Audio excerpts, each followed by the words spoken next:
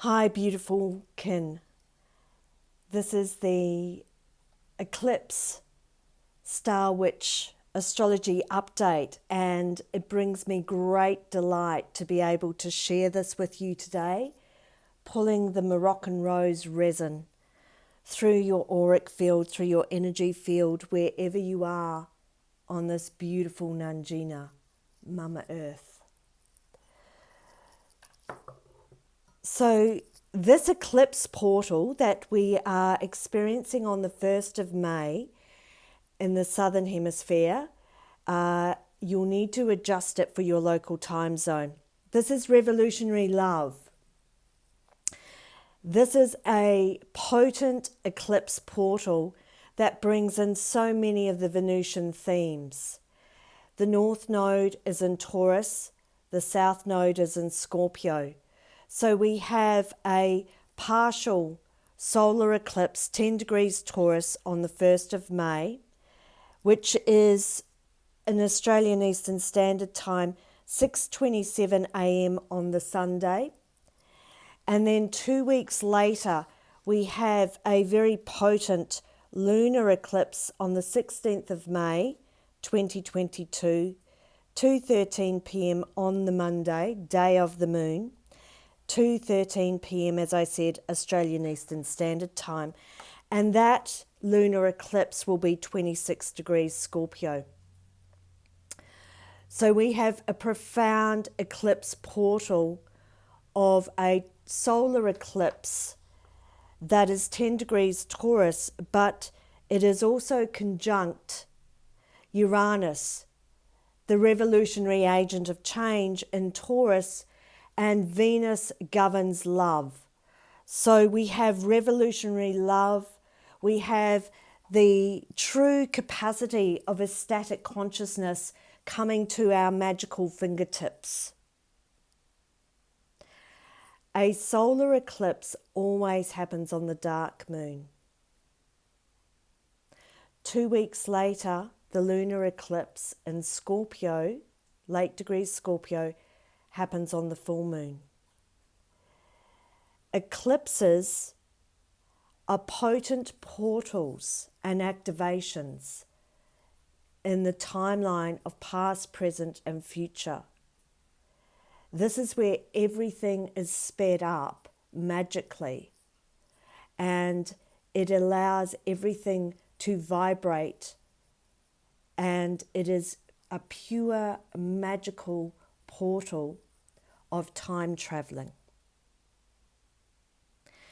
Now, because the solar eclipse is on the dark moon, where the sun and the moon are exact 10 degrees and Uranus is there at 14 degrees in Taurus, fixed Earth, this is where we bring in stillness, being still, slowing right down.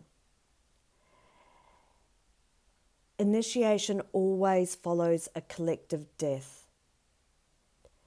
And we are working with the Taurus-Scorpio polarity here.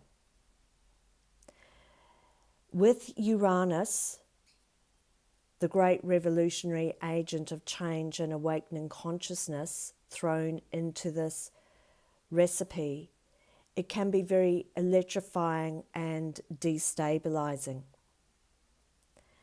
So Uranus is activating the North Node.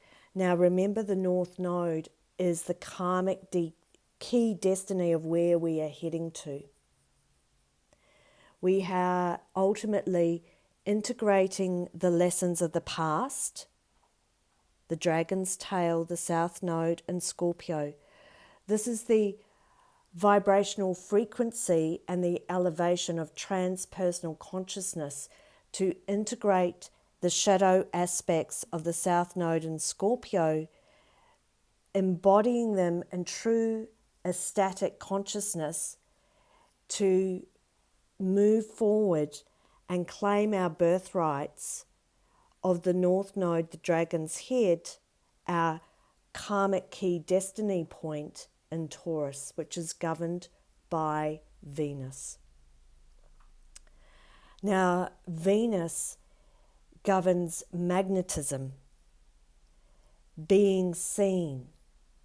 Or do you still wish to remain invisible? Venus governs our sensuality, which brings in our self-love, our self-esteem. Or is there a resistance to feeling beautiful and sensual in our physical bodies? And this does relate to the ancient curses that have been put on the sacred mirrors by the old black magi of the old. Venus governs our relationships, our vulnerability or fear of connection in relationships. She could be highlighting where there is bitterness, envy, jealousy, or a control that comes from insecurities. We are in the Venus star point cycle of Capricorn. And so this is about our soul business, our conscious business out in the world. Or are we still vibrating with slavery to the dominator system? Venus governs personal love. Neptune is higher vibrational frequency, higher personal love, but it also brings in glamour, magic and enchantment. So this can also highlight with the Taurus-Scorpio polarity, and this is where it gets very juicy, and this is what I love working with. Collective soul amnesia, or where we have self-cursed ourselves. This is very Medea, working on what our sacred medicine gifts are, or where we give our medicine away. And enchantment, glamour, can also have a side of oppression to it. Venus also governs listening. So listening to spirit, and then setting boundaries for yourself around what you choose to share, the wisdom you share to choose out into the world. There is a duty of care and responsibility with all of this. And Venus does govern ecstatic consciousness. So the more shadowy, toxic side of this is manipulation or mind control, projections. So you can weave in amongst all of this. Or you can choose to tap into the Venus energies of openness, compassion, creativity, sensuality, and ecstatic consciousness. So words can take on many different forms and principles, which is Venusian, depending on our consciousness and also our past experiences and our own individual diverse pathways. I wish to keep the openness alive here for individuals' wisdom and integrity, and that we walk many different pathways of magic. So whether you choose to engage in ceremonial magic or ritual over an eclipse, that is entirely up to you to trust and listen to your own intelligence, your own guidance, your own wisdom, your own trainings. Astrologers do lean into not performing rituals or ceremonies over an eclipse because the energies can be very erratic and destabilizing. And with the dark moon, we generally rest and rejuvenate and take time to be still. So a solar eclipse on a dark moon is leaning towards that way of deep rest and nourishment, walking barefoot on Nangina, Mother Earth, exploring yourself in the stillness of being. A lunar eclipse in 2 weeks' time has a different energetic signature to it, and there is a strong realm of enchantment there. So you need to tap into your own personal reference points for any of these. I would also encourage you to check out where 10 degrees Taurus falls in your chart for the solar eclipse. That will add a compass point for you with what is a beautiful intention of what you're releasing or transforming and what you're calling in. There is the time door that is opening here with this eclipse, especially with Uranus. So the doors of time are opening, and you can walk in multiple dimensions of the past, the present, the future, but also even more multi-dimensional portals and doorways are opening here.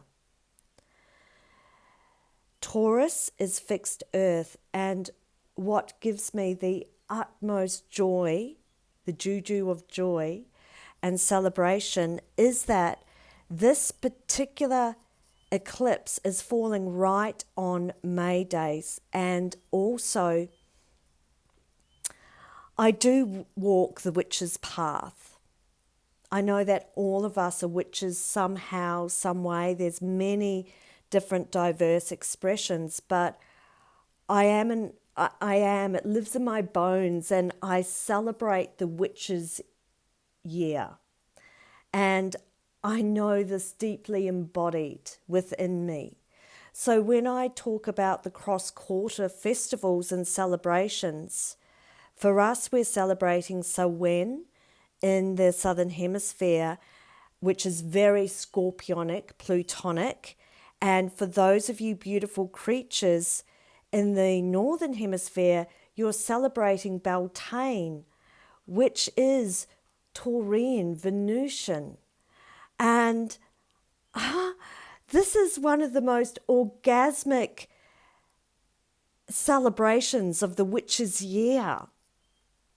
Beltaine and Samhain, it's like, this is natural. This is about deep sensuality and enjoying yourself in the pleasures of the sun and the moon and the stars and the plants and listening to nature and being alive in your body and really enjoying in the festivities.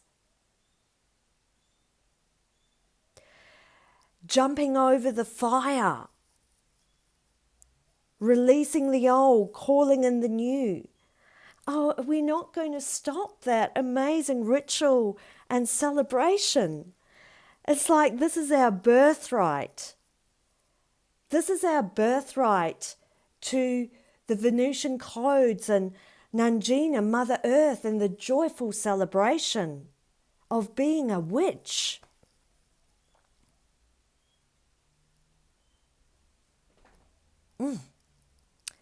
Bliss, delight, openness, creativity, harmony, celebration, sensuality, divinity, the higher vibrational frequency of joy and love, Uranus, the great liberator and awakener, cracking it all open.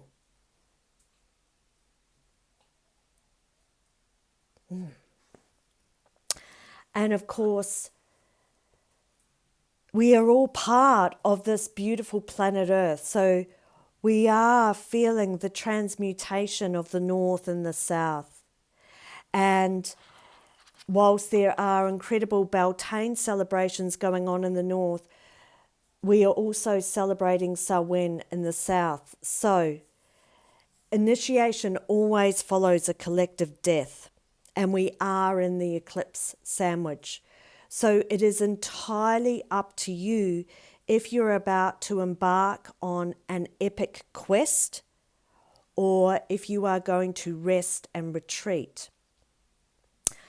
Now, one of the key lines of self-inquiry I would offer you is, do you rely on outside validation to prove your worth? This is very Venusian, and those of you that are journeying with me in the Inanna star journey, we are working with, that's my beautiful protector. We are working with, thank you. We are working with the morning star releasing at the heart gateway, which is the balancer of the upper and lower realms. So everything is increased and magnified in an eclipse season. So listen to your own intuition and really sit with, do you rely on external validation to prove your worth? Or are you the true embodiment of your worth? And do you radiate as a vessel of divine service the higher vibrational frequencies of love? Now, this is about true embodiment and the creative spirit of Venus and Nangina, Mother Earth. Not for one moment do we deny the fertility of the darkness. It is in the darkness of the womb of the Great Mother that we are reborn. It is in the darkness, the most fertile time, that we have the capacity to tap into our inner realm, our inner self. Our eyes are not glamoured by the outside pearly gates. We are choosing to come back to ourselves in gratitude, and these prayers of gratitude are offered out. The joy frequency, the love frequency, and understanding that the cycles of the wheel of the year are turning. Taurus is the Empress card in the tarot, the magical tarot. Uranus is the Tower. The dragon's tail in Scorpio is the Death card.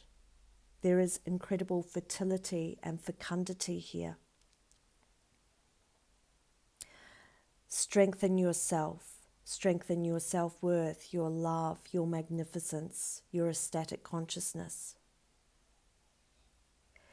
Give yourself the grace to understand that at times there is incredible sensitivity and grief and loss and soul weariness. At times we are extremely exhausted in this human life. So exhaustion, tiredness, weariness is very real. It's real. It's part of being a human. Energy follows intention.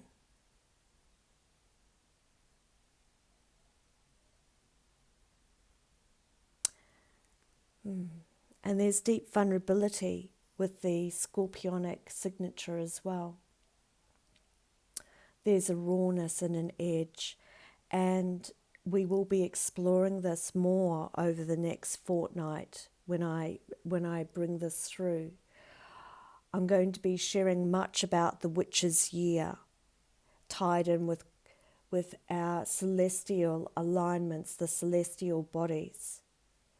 For some witches, we celebrate the Samhain Beltaine gateway when the sun is at 15 degrees Taurus, which is around the 6th of May. Again, follow your own intuition, your own guidance. You may wish to celebrate on either dates, the 1st of May, the 6th of May. It's entirely up to you.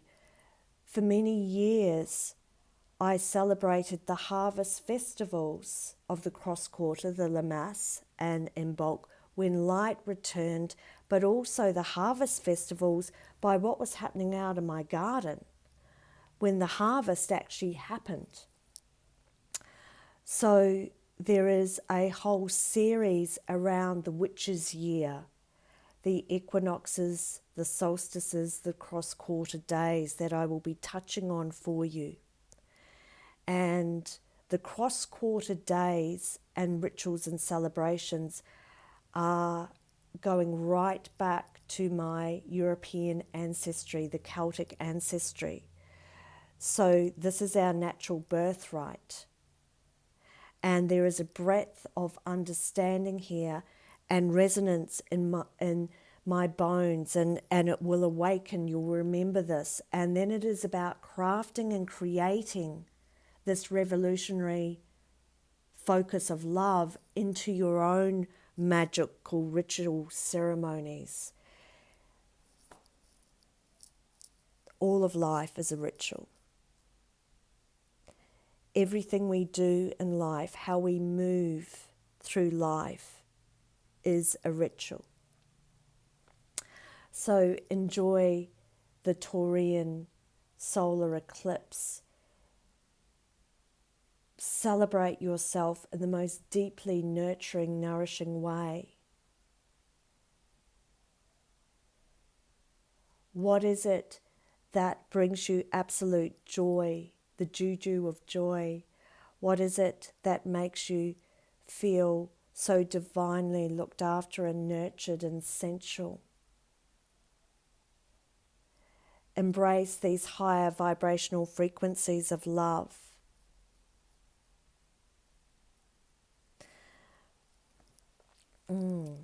So beautiful, Beltaine, Samhain blessings to all of you magical witches around the world, wherever you may be. Get your bare feet out on Nangina, Mother Earth. Feel her, the dirt, the rocks. Feel her on your skin. Put your heart on Nangina, Mother Earth. Breathe into her as she breathes into you for the greatest recalibration and reset of the traversing worlds and realms that are upon us. So deep magical blessings and wishes. Go well, and I will see you on the other side.